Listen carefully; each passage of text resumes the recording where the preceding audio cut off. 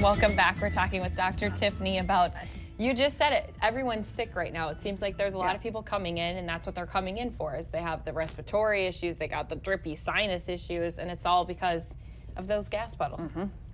And so, you know, a lot of people don't realize that the chronic gas pedal is what creates the chronic immune issues. And so when somebody, asthma, allergies, those are prime gas pedal. And so people are starting to loop a lot of these things into autoimmune. Well, it's truly a neurology, physiology, and immunity issue. So asthma, allergies, chronic infections, so throat, ear infection, sinus. Sinus is really, really, really huge right now. I just did a Facebook Live on, well, not on my way here, but before I got here, on some of those things to evaluate is not only what the diagnosis is that we're dealing with, but what are the other things that we can do? Like you just said, I don't feel like my gas pedal's cranked as much. I feel like that's why my immune system is working better. Well, if our stress is a 9 out of a 10 all the time, and our kids' stress is a lot of times, if our food is crappy, like the first thing I suggest to get rid of is the inflammatory foods. You know, unfortunately, dairy and gluten are the first two things that are the highest inflammatory, especially for a kid. Are you eating school lunches? Are you drinking enough water? Are you getting enough sleep? Are you moving? And have you been adjusted? Because that's all what kicks on the system. You know, so if that kid that has chronic ear infections, they likely have constipation issues. They likely get sick often. They likely have behavioral issues.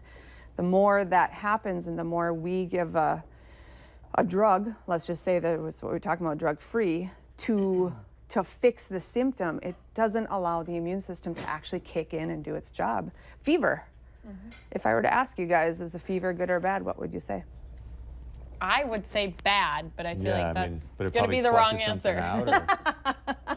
How about this? Do parents typically allow the fever? Do they encourage it, or do they discourage it? Discourage. Fever is what gets that second part of the immune system to kick in. And so if we're stopping it all the time, and I'm not to say like if it gets to a certain point, you got to know those things, but many times like kids can't go to daycare if it's 1 degree over. So what do? We give Tylenol to make sure that they can go to daycare. That completely stops how the immune system works. So I would say let's figure out how not to do that stuff. If our body can do it, why wouldn't we do it? Make sure you're getting evaluated by a pediatric chiropractor to get the body to start healing and get rid of this chronic sickness. Thank you, Doc. Welcome. Website so people can get a hold of you? htchiro.com. You're going to stick around because it's smelling pretty good in the It studio smells right like now. onions, actually. I mean, I like onions, but I think they're going to be used in part of our recipe. Coming up next, we're making some smoked chicken tacos.